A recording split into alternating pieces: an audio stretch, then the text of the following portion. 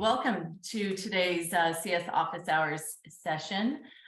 Today's topic is building a CSQL program. And I met Elizabeth Culcay, who works with Pleo and some other companies. I met her through Catalyst Customer-Led Growth Advisory Group. And she was building out a program and said, well, let's, share it for everybody. So Seth, if I talk to you about it, then you would be co-leading the session too. And don't think I won't pull you in today or in the future. I'm not here to step on anybody's toes, so I'm here to learn as well, but I'm happy. We all learn from each other. There's no toe stepping. Exactly. Cool. Cool. It's all very friendly, but thanks. All right, cool. So let me just share the slides real quick so we'll kind of all get on the same page. What do I even mean by CSQL? Is that, APL or OPL or what are we even talking about here? Nice to see everybody though. Okay, so building a CSQL program. What is a CSQL?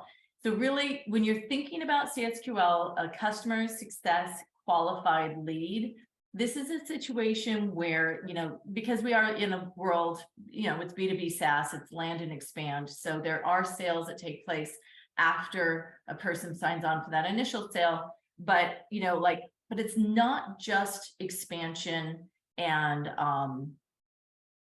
renewals that might get papered by someone other than a CSM.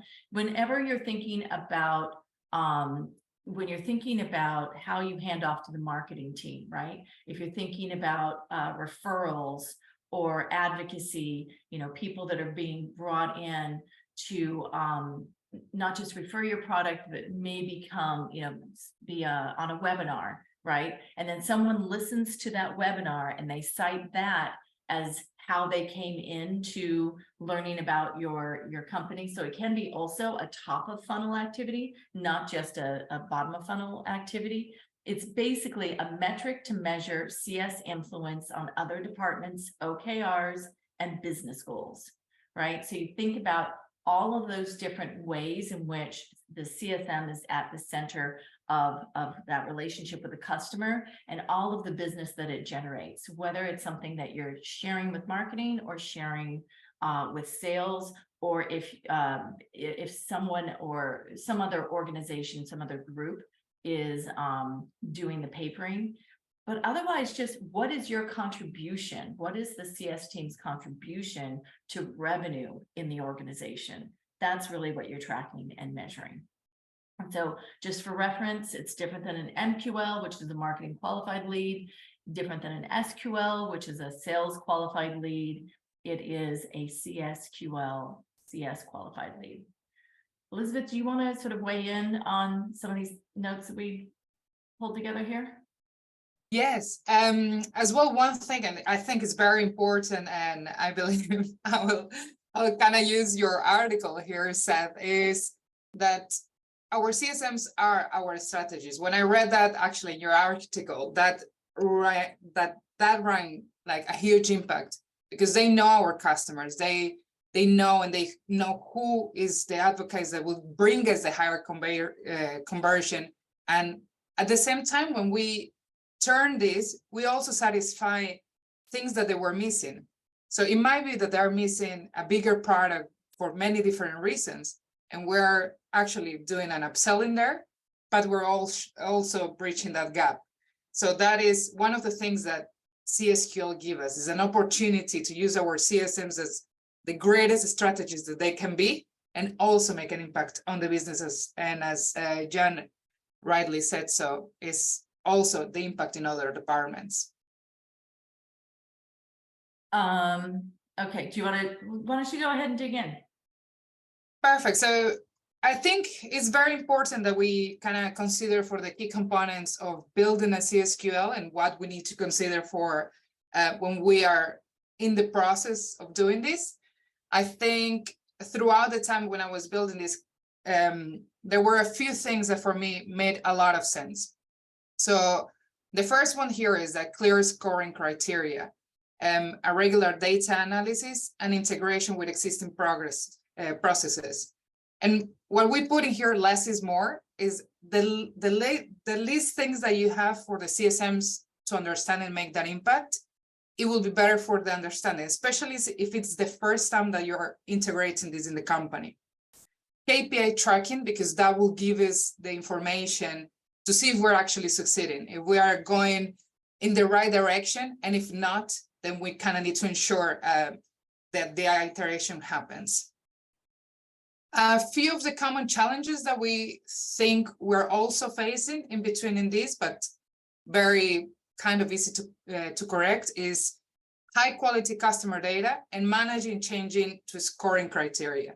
So whatever scoring data that you have, not always will remain the same. Markets changes, countries behave different, customers in our different areas behave different. So we need to adapt to those changes that happen. And I think the most important thing that it can be a challenge is automating this process.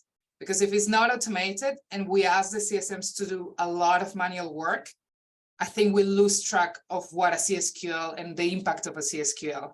And I think we will, well, and here we have the link for your article, Seth, but what Seth explains in this article is as well a connection of an automation that gives you a straight answer, short periods of times, and even a scheduled meetings could be as easier as just by highlighting this in one system that links in between each other. I think that is here from it. I don't know, Seth, if you would like to wait a little bit, because I know I referred a lot to your article, but Sure. It was honestly very inspiring and I learned a lot with that article as well. Well, thank you very much. It's funny. I'm in some other groups. This is the first time I've been in this community, so thanks for having me. But yeah, I saw the post about CSQLs, or what we call CSQOs, which are opportunities instead of leads. It's really the same thing. But the only real piece I wanted to highlight to everyone that we took away with it was like, we have a great opportunity as CS leaders, especially as we're being tasked to be more focused on driving revenue, is to try not to start from scratch. And this is where this came from. This came from understanding our pre-sale motion at Chili Piper, which was really focused on, well, what does it look like from a BDR or an SDR perspective, handing it off to an AE. And if we then looked at it and said, okay, well, if we, the CSM in this growth motion, are just trying to listen and qualify an opportunity, well, what is the current workflow that we have from the SDR to AE motion? And how do we recreate it for us, at least in our business, which was the CSM who is on the ground working with the customer and identifying an opportunity for growth, and then passing it over to the AM, similar to the motion that the current sales team does. So that's where it all started. So if you're looking at this and feeling a little overwhelmed, sometimes it might just be a good idea to think about, well, how does your current revenue motions work? And can you kind of copy or kind of recreate it in this motion? That's where it started with us. Another takeaway is that it's been so successful that this article I need to update it, but we've actually had a 96% close one rate for cross-sell only.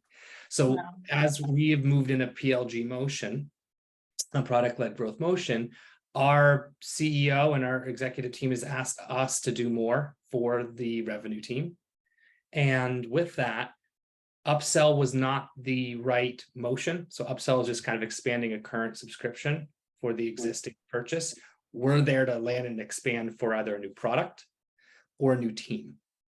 So what was really great about this and the motion that we had was, once you have these things in place, if you're trying to present this to leadership, it really makes sure that you have that architecture in place so that you can quickly pull a report and directly kind of wave and celebrate the motions that your team is responsible or has contributed to the overarching impact of the business.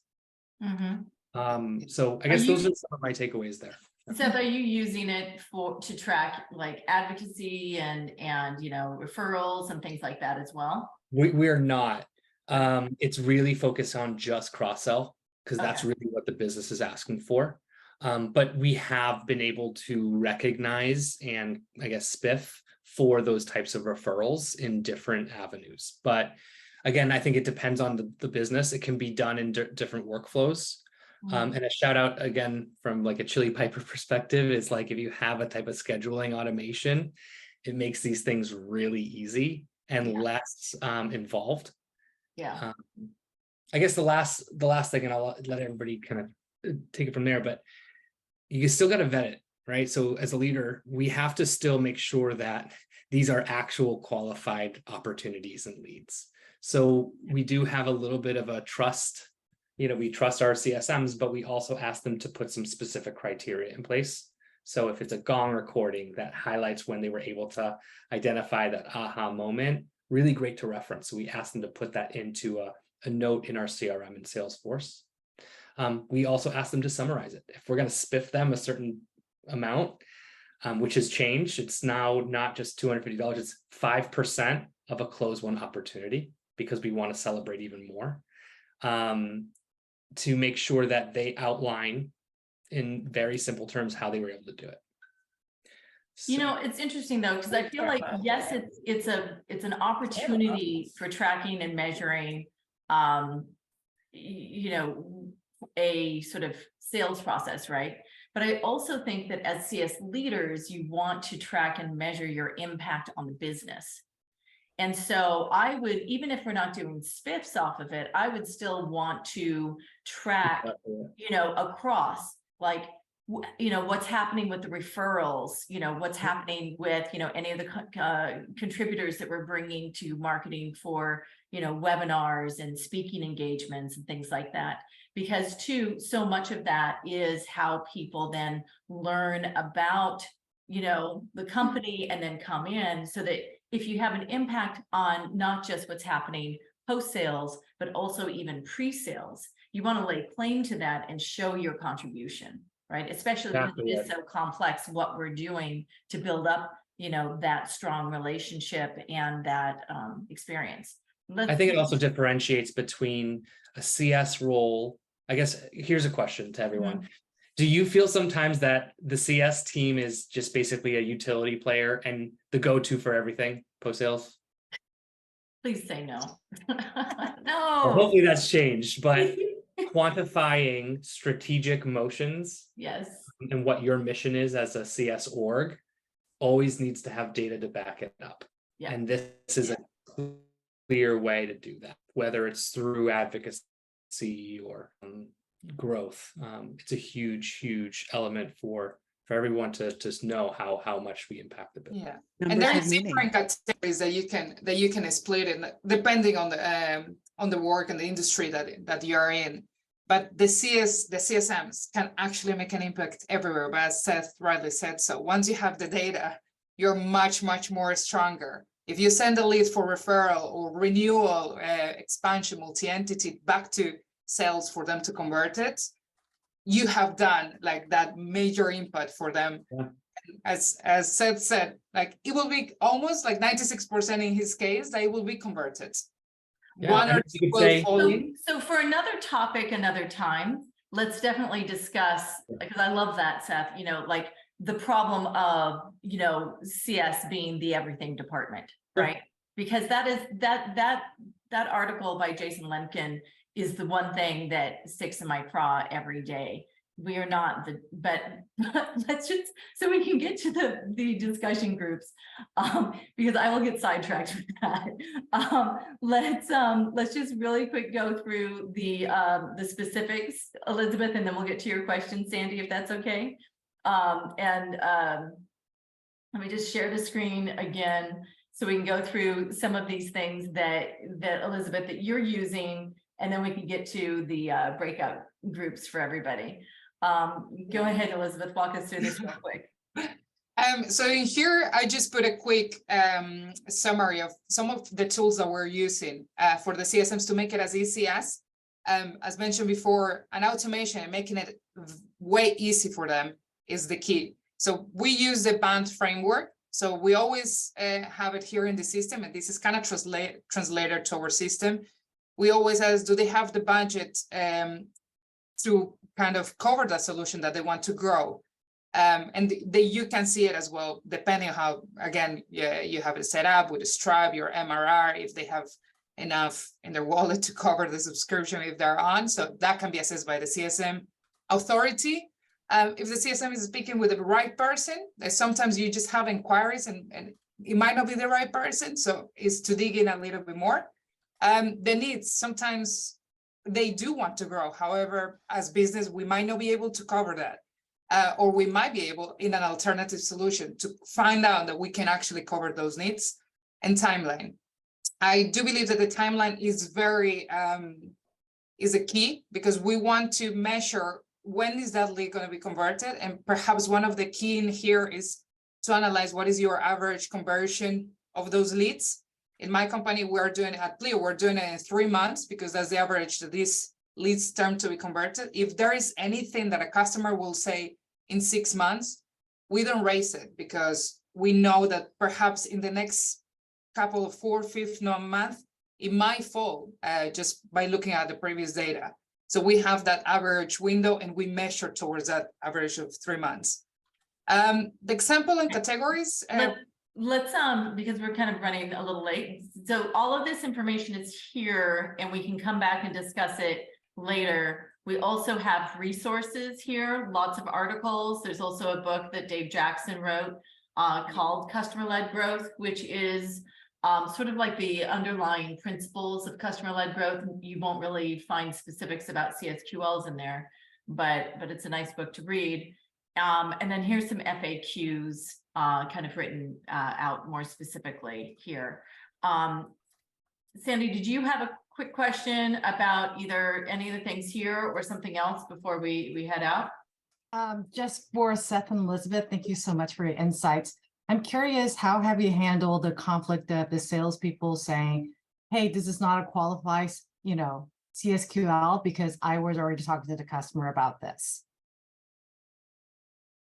The salesperson is already talking to the customer about it? They claim. So when we input as CSQL, they're like, no, this is something I'd already been talking to the customer about it, the attribution of it. Sure. Well, we have a dynamic way to do it using Chili Piper, which is kind of cool. So we have a specific meeting type that we've created for that specific CSQO. And what it does is it actually automates a new opportunity in Salesforce. So what it does is, even if there's conflicting ones, we'll have a record to say, hey, well, this person said this and this person said this, and then it's simple as a timestamp, whichever one came first. It rarely happens. I think the other piece is make sure, as a CS person who's putting this together, is make sure you have alignment with sales, right? Like they want to hit their numbers. Our AMs have specific quotas to hit for cross-sell. So we don't do the commercial part. So we're basically giving them them that opportunity. So the CSQO is also recognized as the AM. It accounts for their quota as well, so that there's no conflicting, like, oh, I got this and I got this. It's like, no, we got this. And we found it to be helpful. I would say about a third of our cross-sell for Q1 was generated by the CSMs, and 2/3 from the AM side. So we're all contributing to the greater motion.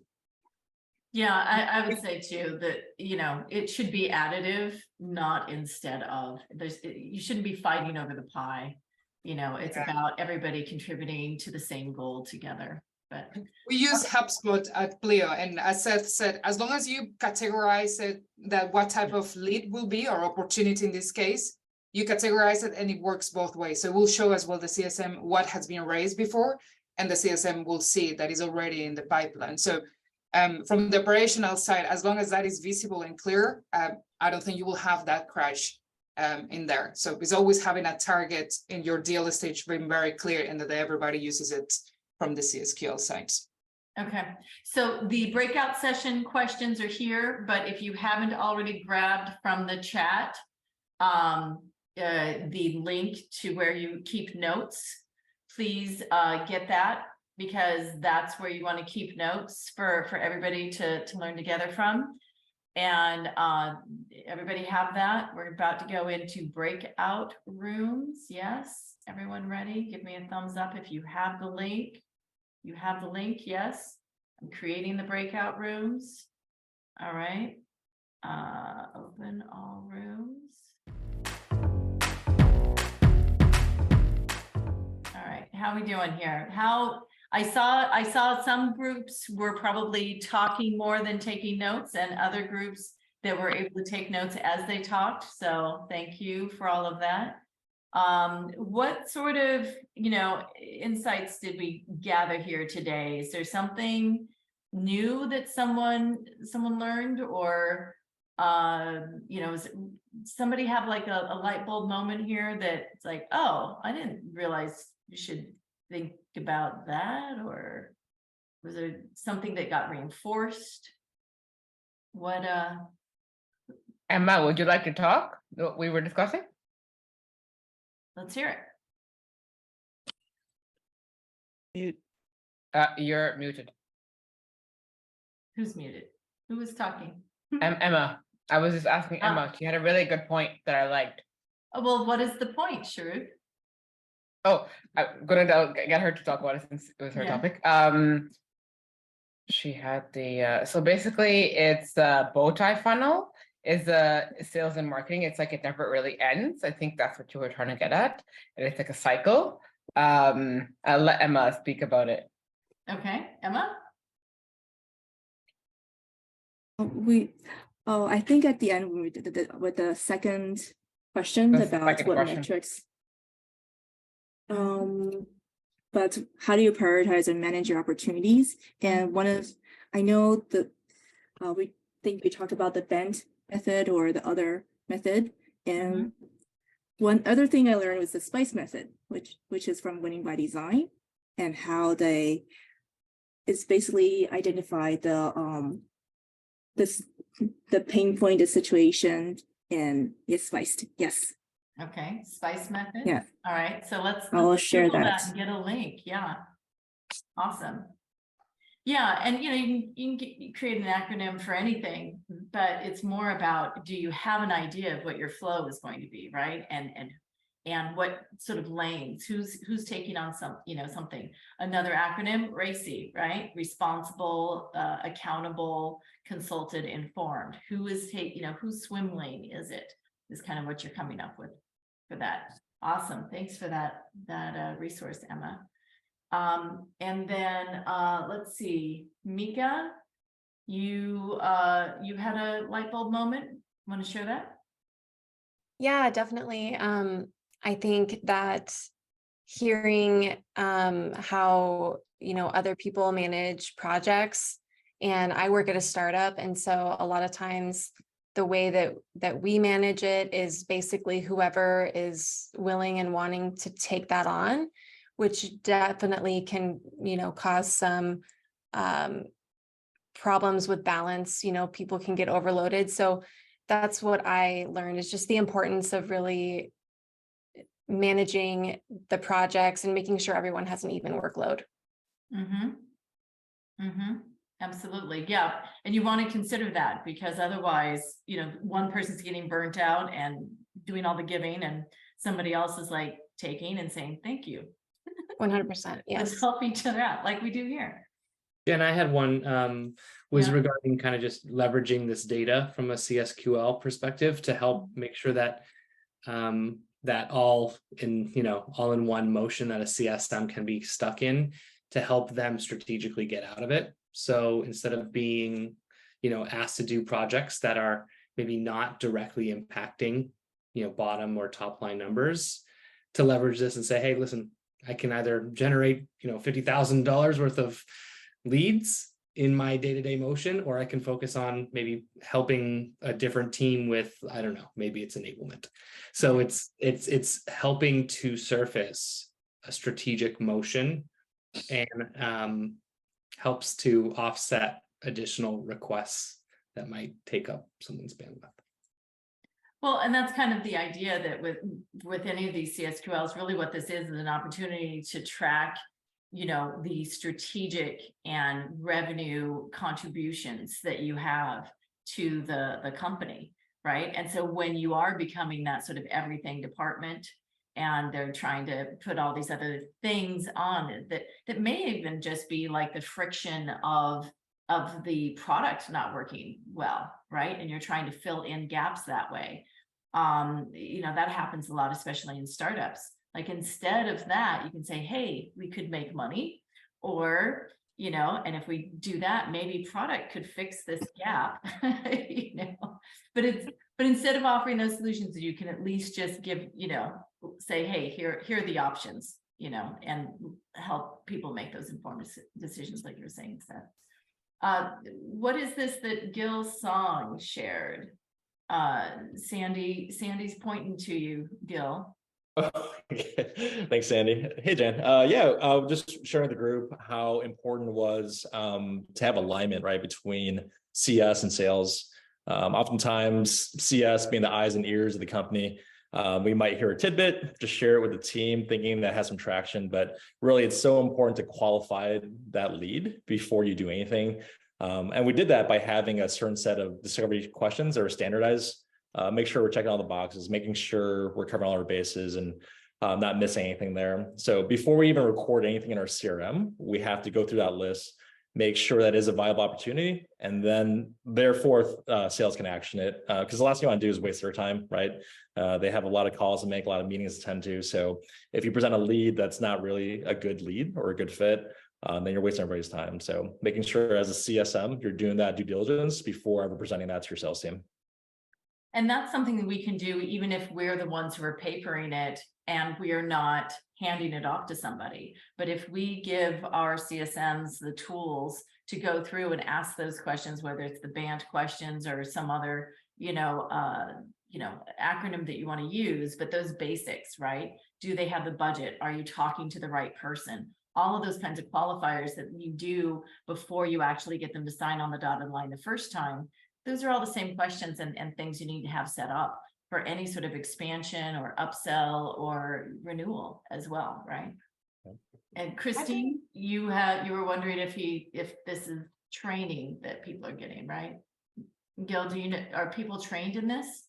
Yeah, we actually hired a third party called Force Management, and their program is called Command and Message. So it's almost like a consultation where they come into our organization, really learn the business, and then build out customized documentation and collateral to train us on. And it's based upon the MEDPIC framework, excuse me.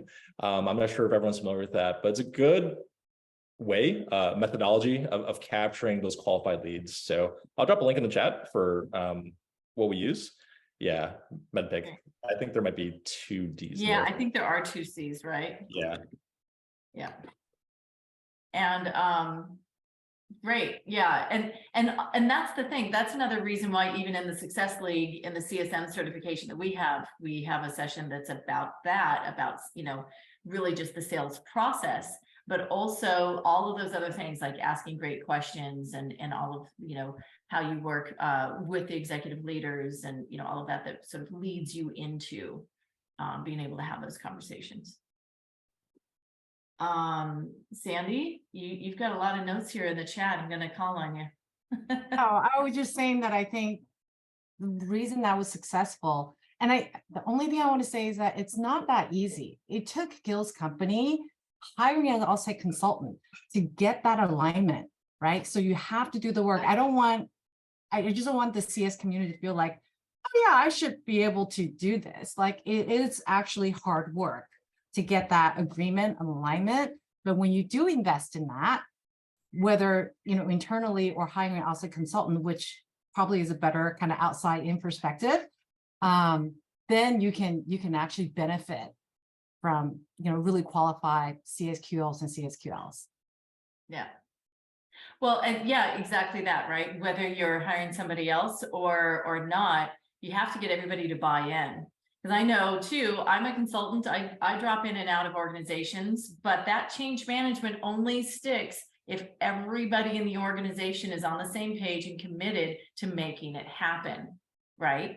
And so like it's yes, you can pay somebody or you can do it yourself. It doesn't matter. You have to be committed to this change. You have to all decide that this is an important thing. And especially when you have more than one group working on something like revenue, right? Which in a sense, we all are more than one group all working on revenue. We're all trying to swim towards the same goal.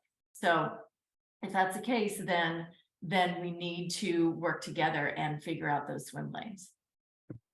Yeah. Change management. Yeah. Well, I always have this book nearby, right? And you know what I just realized? So this is wired to resist, right? We are actually, sorry, if for anybody who hasn't heard it already, Andrea Britt, she writes about neuroscience and how it applies to business. I put her books up all the time. I put up books up anyway all the time. So this is wired to resist because we're literally wired to resist change. But this is wired to grow. We're also wired to learn. We all want to learn. It's part of our survival skills. So we're wired to learn, but to really have any impact, you have to do the change management, which we're wired to resist. So no wonder it's hard. They're in diametric opposition, right? So don't beat yourself up, but come up with strategies to address it, right? That's the idea. And when you do these things where you come up with these definitions and show people what the goal is so that they can all work towards it together, then they can all get on board together and they know what their why is, they know what they're working towards. All right, enough of my TED talk here. It's not a TED talk. So yes, Gary, all wired. What other things have come about in these conversations? Somebody want to share? Lynn, I know you've always got tidbits. I'm going to call on you. I was going to say, I think right now I'm in a weird situation where it's the team of one in the startup life, which is sales sells it and then it's mine. So I don't currently have any counterpart or lead process. It is just myself handling all of those. I think one thing that came up in our group that was interesting that we talked about at the very end was around like it does depend on like your product and like what are those opportunities. For us, like right now we are a license model and it's you get the platform for the most part, so there's not really those opportunities. So it's a very different process than if you are a multi-product company and you do have those opportunities and those processes you can put together for the upsells and cross sells and what does that look like. And one thing I think came up at the very end is what is that differentiation between upsell versus cross sell, and are those different in your organization? How are those treated differently? Are sales involved in some more than others? And who comes in? Sometimes there's product experts. So I think a lot of it depends on the complexity of your product, what customer success handles in a normal day-to-day basis, and then also kind of figuring out those different processes, because when I think about cross-sell, it's a different product. So that's going to be a lot different education, maybe a longer opportunity cycle versus upsell, where I'd consider more of we need more of the same licenses, which might be something that's much easier to handle from the customer success side and might have a very different process. Yep. Yeah. And, either of those could lead to a new negotiation. And so negotiation skills and how to be prepared for that are important as well. Yeah. Hey, Jan, I'm going to hop in as devil's advocate. I think with CSQLs, just like with any qualified leads, we have to be really careful about how it's implemented. And I think that's the whole point of this whole call, right? And mainly because I always think of MQLs. I know a lot of marketing folks, and like they know that the dirty little secret is if somebody attends a webinar or downloads an ebook, that's an MQL, and it's really not.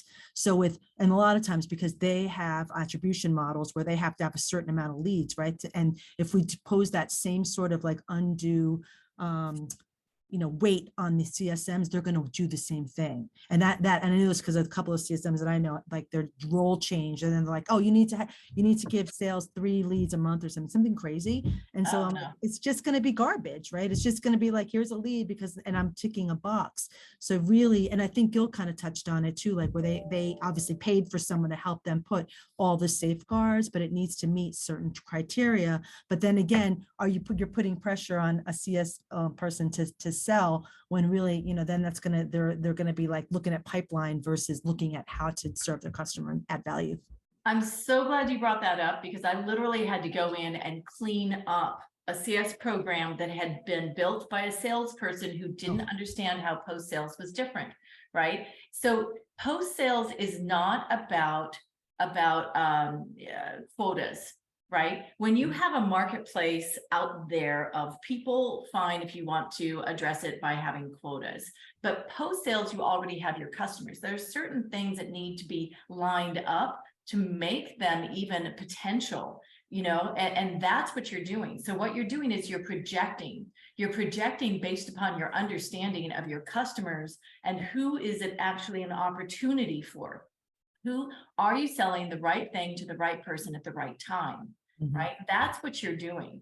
And so you, based upon your understanding of your customer base and the questions that you can ask them, then you can do projections. But doing a quota system gets you a lot of just bad leads. And that's what happened too. They all were supposed to commit to at least 4 leads a week. And so just anybody, they just mentioned, hey, I see you don't have a website. We can build that website for you. You interested? Oh, sure. Okay. Didn't even didn't matter if it was the right person to even talk to about it, if they actually wanted the website, any of those things. So then boom, it would go over to the next group. Sometimes they'd show up to the calls. Sometimes, you know, etc. Anyway, sorry. So what other sort of closing thoughts on this? Seth, what about? I was just going to say you're spot on in terms of selling it for at least what we have from the Chili Piper side is that we don't have a quota. We encourage it because there's opportunity to offset, let's say, your retention targets. If you're having a bad quarter, this is a great opportunity to listen and find out if there are opportunities where your product aligns with a different department or a business objective that you're not able to do with your current subscription. So it's not really selling.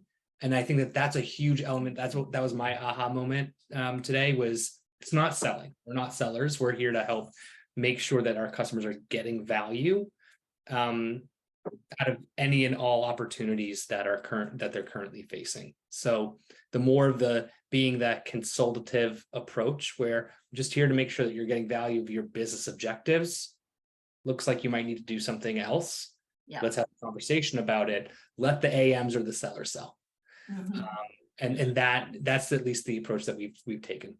But I would argue that even if you are doing the papering, which is technically the selling part, the whole point is identifying if somebody, you know, to meet their business objectives should expand to your other product or should be upselling and using more of your product, right? Whether you do the actual paper or not is just logistics, I think.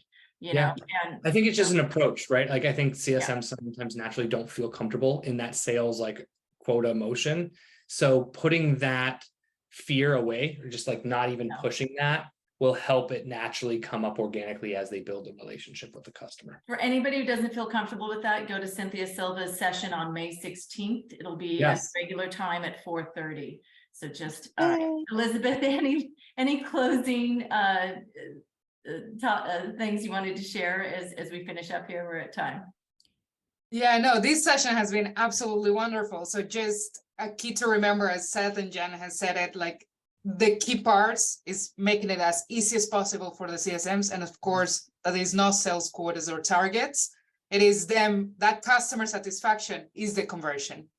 I think that is the best that it can happen. So, and feel free to reach out if you have any questions that perhaps we didn't cover here. Happy to answer and happy to extend a hand as well to anybody that would love to build a CSQL program. Yes, and feel free to ask more questions and continue the conversation over in the Slack community as well. And, you know, if we should have another session, well, next week we are going to be discussing how CSQLs can help show the value of your CS program and how to use it strategically to show how you're contributing to your company. But if we should have more sessions about this, just let me know. But this is how we come up with topics. And not the everything department. Seth, I'm bringing you in on that one, and we're going to discuss how to not be the everything department.